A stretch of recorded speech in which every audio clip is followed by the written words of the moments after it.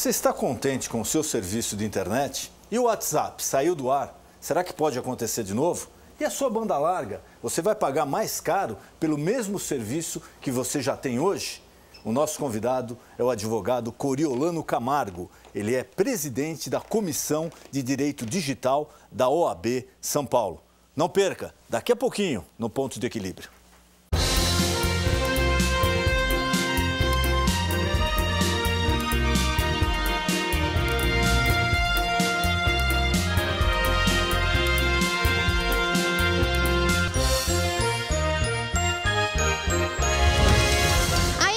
De algumas operadoras de telecomunicações brasileiras limitarem os dados na banda larga fixa tem gerado polêmica.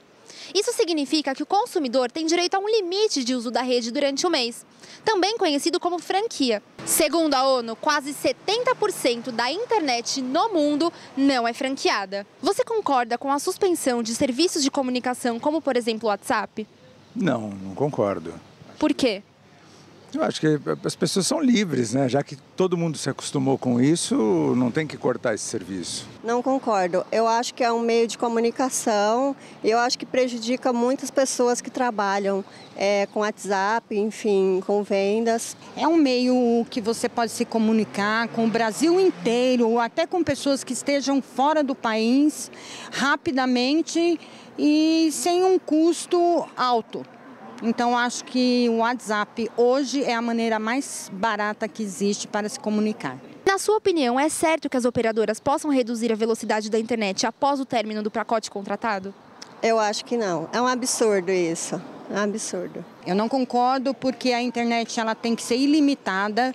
Você tem que ter acesso em tudo que está acontecendo a qualquer momento, a qualquer hora. Você não pode ter uma redução com que você perca alguma coisa que esteja acontecendo. Então, eu não concordo. Eu acho que sim. Se foi contratado um pacote de tantos megas, acabou, reduz. Tem que reduzir a velocidade. Você está satisfeita com o serviço de internet que você tem hoje? Com o meu serviço que eu contratei, eu estou. Agora, se houver redução, com certeza não estarei. Você acha que esse serviço pode melhorar? Pode, com certeza. Pode melhorar e muito. Sim. Apesar de pagar caro, tô. Você acha que podia melhorar? Claro, sem dúvida. Eu acho que a internet tinha que ser bem mais barato do que está hoje. Mais ou menos, mais ou menos. Você acha que podia melhorar? Pode melhorar bastante. Redução da franquia na internet é o tema que o pastor Denis Munhoz e seu convidado abordarão no programa de hoje. Não perca! O advogado Coriolano Aurélio de Almeida Camargo é mestre e doutorando em Direito. É presidente da Comissão de Direito Eletrônico e Crimes de Alta Tecnologia e coordenador da esfera federal da Comissão do Contencioso Administrativo Tributário da OAB São Paulo. É juiz do Tribunal de Impostos e Taxas de São Paulo e árbitro da Câmara Empresarial de Arbitragem da FEComércio, da OAB, do SESCOM, do SEBRAE e da Câmara Arbitral Internacional de Paris. É membro do Conselho Superior de Assuntos Jurídicos e Legislativos da Fiesp. É professor de pós-graduação em diversas instituições. É professor convidado da Academia Nacional de Polícia Federal, do Governo do Estado de São Paulo e do Congresso Nacional, em parceria com o Departamento de Justiça dos Estados Unidos, da Interpol e do Conselho da Europa. Muito boa noite, meu amigo, minha amiga. O nosso encontro de final de noite, programa Ponto de Equilíbrio. Acesse o nosso canal no YouTube, aí na tela inclusive explica como você faz. Lá você vai encontrar todos os programas já veiculados. De repente uma entrevista que você perdeu, algum tema que comentaram com você acessando o nosso canal no YouTube, você vai encontrar todos os programas já exibidos. O programa é sempre feito pensando em você.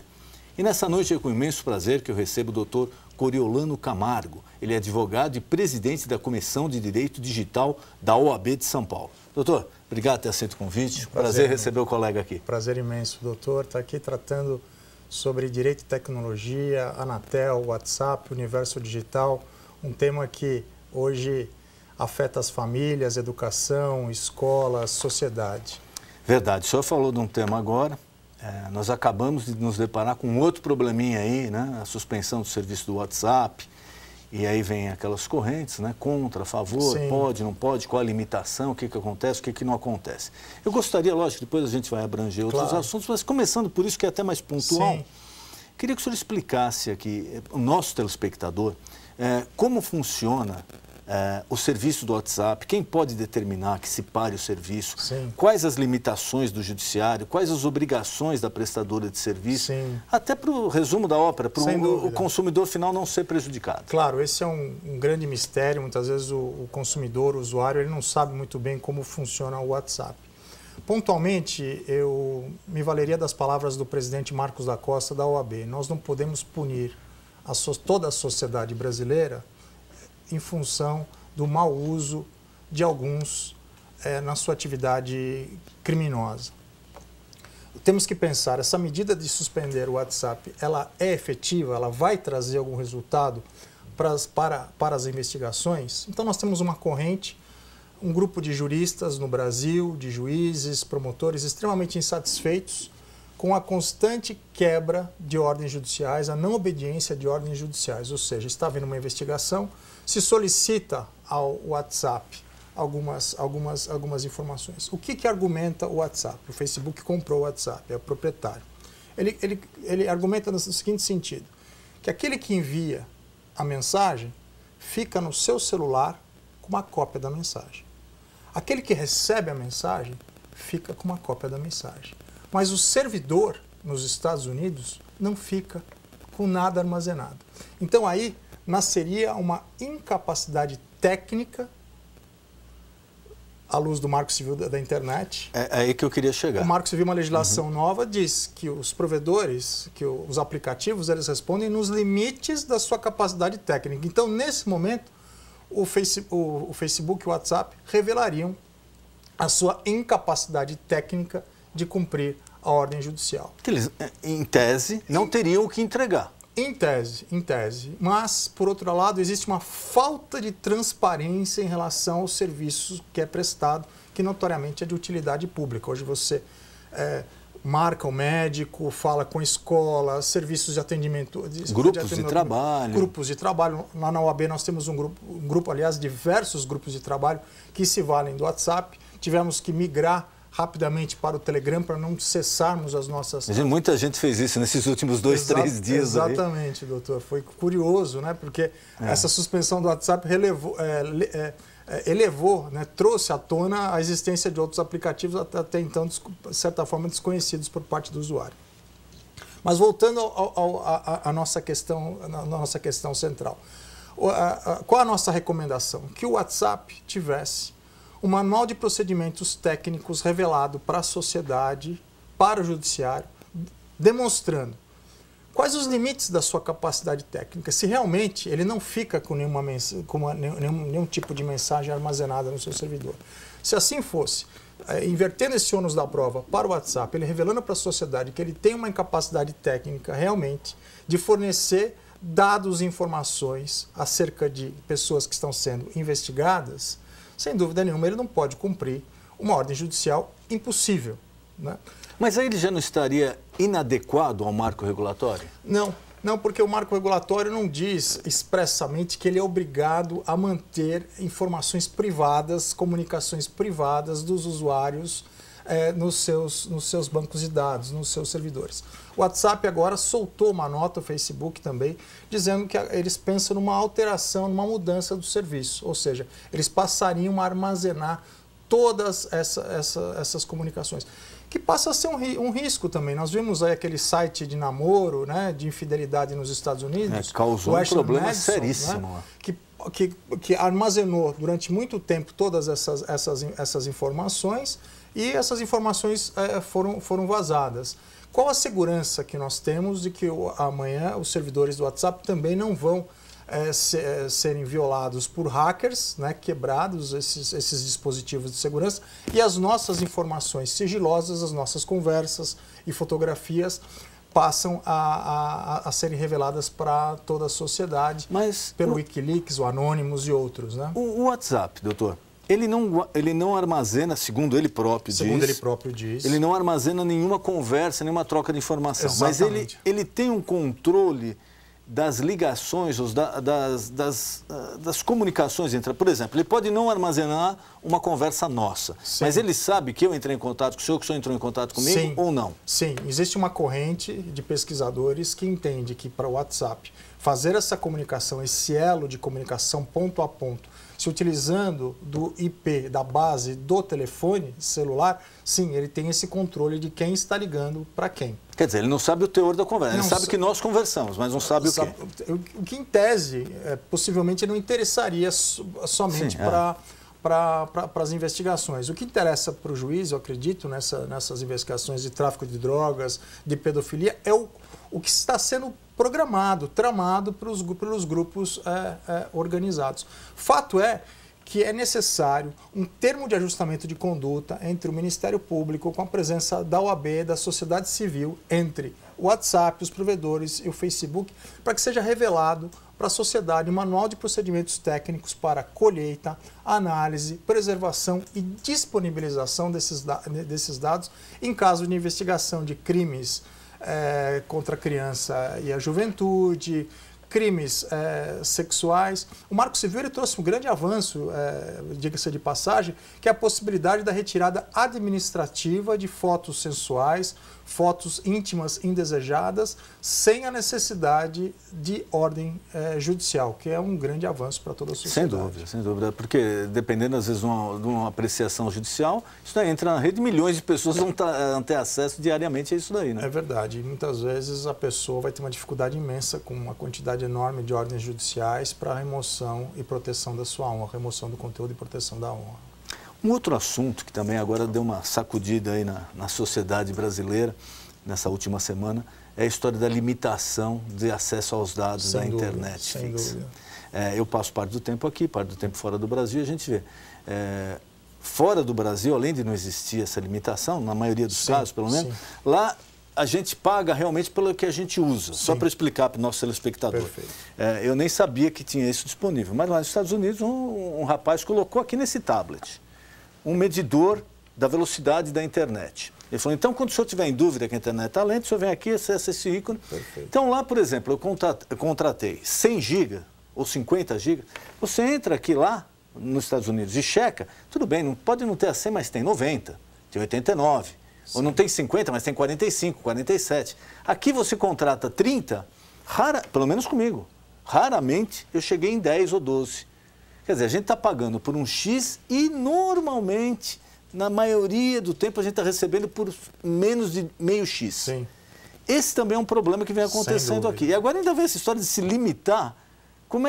Onde para isso daí? Onde para o direito do consumidor? Onde começa o direito da empresa? Eu gostaria que o senhor falasse. Sim, nós acabamos ouvindo os dois lados da questão, tanto a sociedade como as operadoras. Vou começar pelas operadoras. As operadoras, elas argumentam que todo investimento é estrangeiro, os equipamentos, a infraestrutura que nós temos é toda importada, então é muito cara.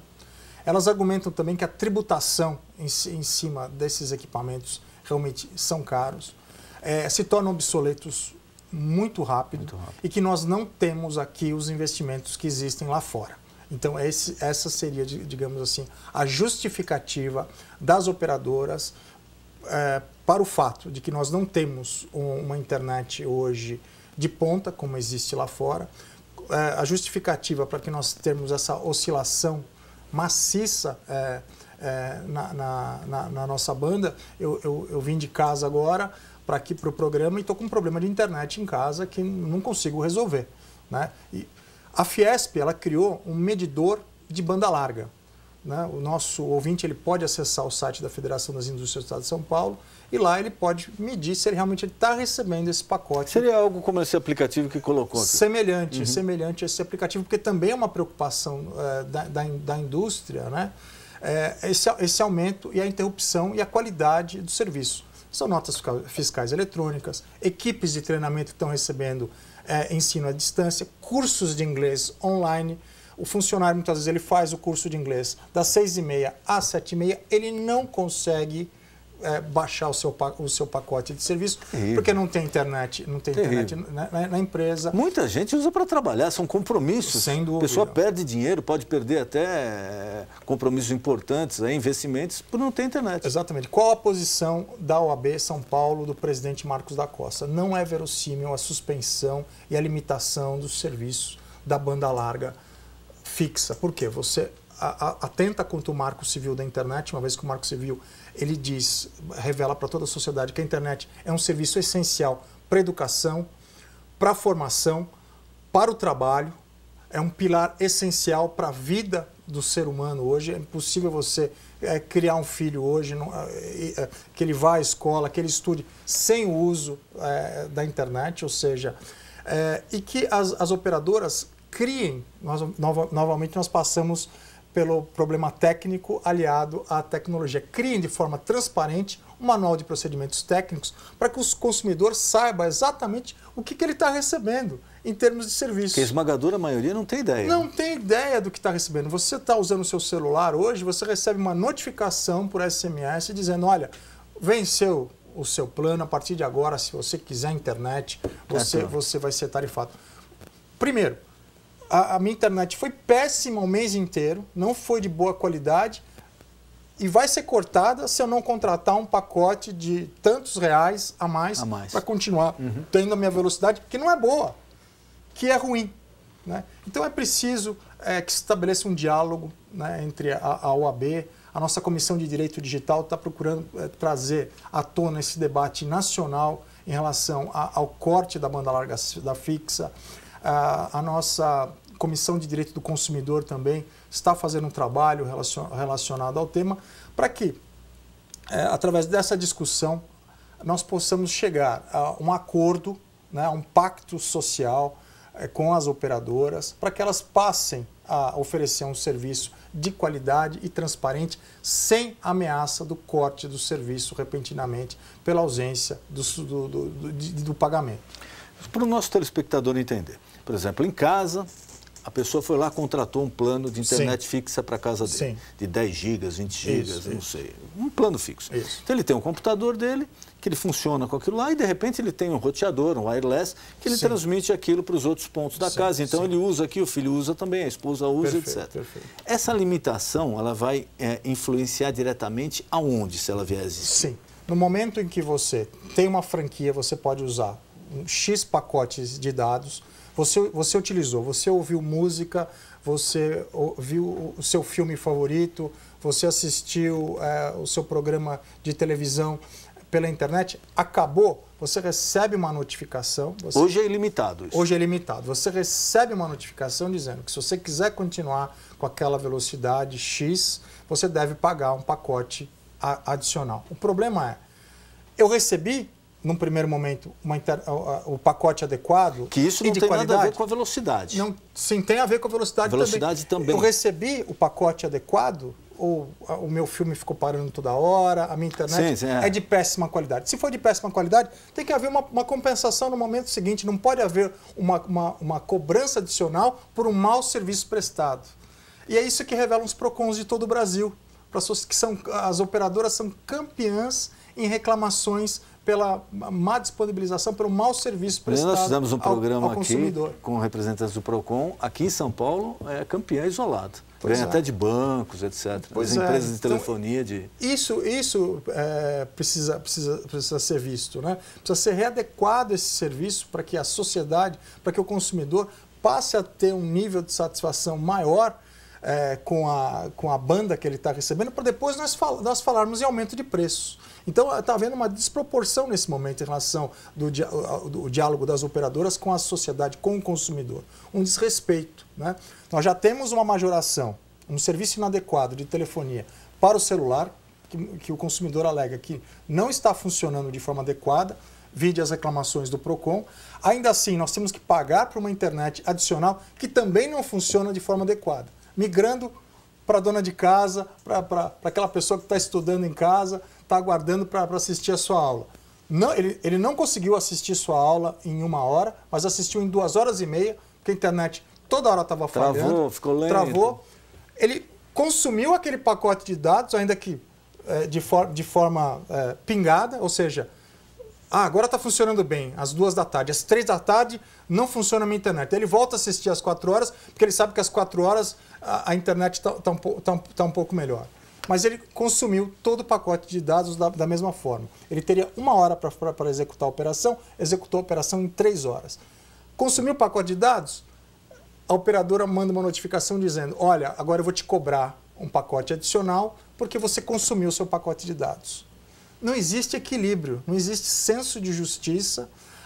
O decreto que criou o Plano Nacional de Banda Larga veda expressamente essas cobranças desproporcionais. Ou seja, deve ser entregue um pacote adequado, razoável, para que após a entrega desse serviço adequado você possa minimamente cobrar algo adicional. Como que eu vou cobrar do consumidor algo que eu não estou entregando? Ou de péssima qualidade. Ou de péssima qualidade, exatamente. Aí nós precisamos trazer o governo para a mesa de negociações para auxiliar. Se realmente ficar constatado pelas teles que eles não têm nenhum tipo de investimento, que é muito caro esse investimento, essa infraestrutura no Brasil, é necessário, como existe nos Estados Unidos, na Europa, fundos específicos para incentivar as telecomunicações, para que nós possamos ter uma internet de melhor qualidade. E mais uma vez, me parece que o Brasil sempre vai na contramão da história, né?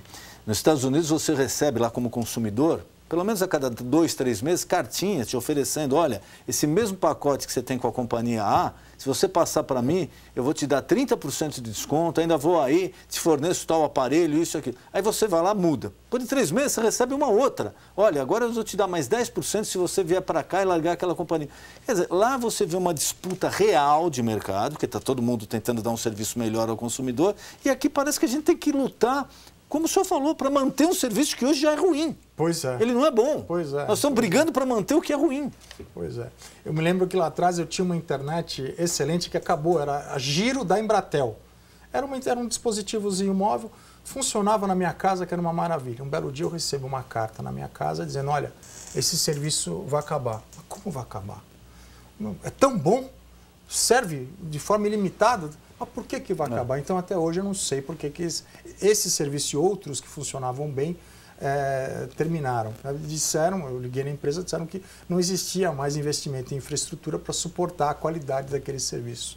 Veja você. Né? E a sociedade, como ela deve... É lógico, o consumidor sempre a decisão final é dele. Mas você tem que oferecer algumas alternativas. Hoje o senhor acha que o Brasil está pronto para poder viabilizar uma internet melhor, mais barata, mais rápida, ou ainda depende de muito... Nós dependemos muito de poucas empresas?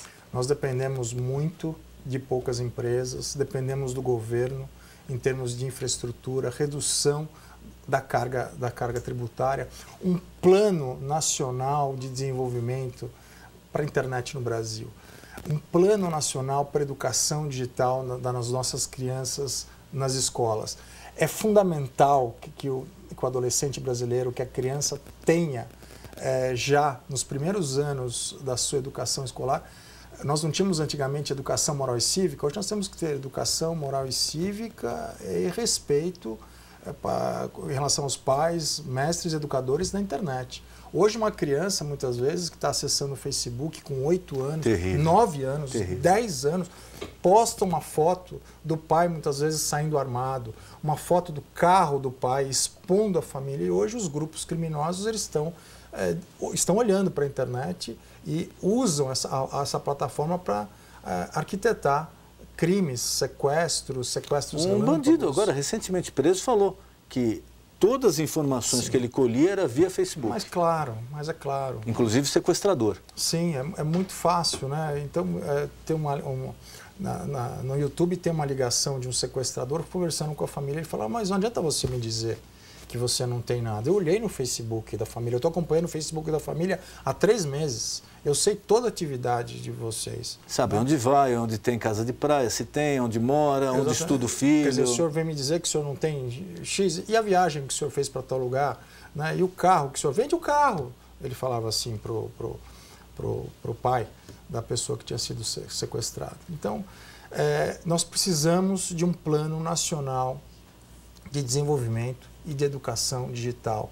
Nós precisamos de um plano nacional de ampliação dos programas de banda larga de internet no Brasil.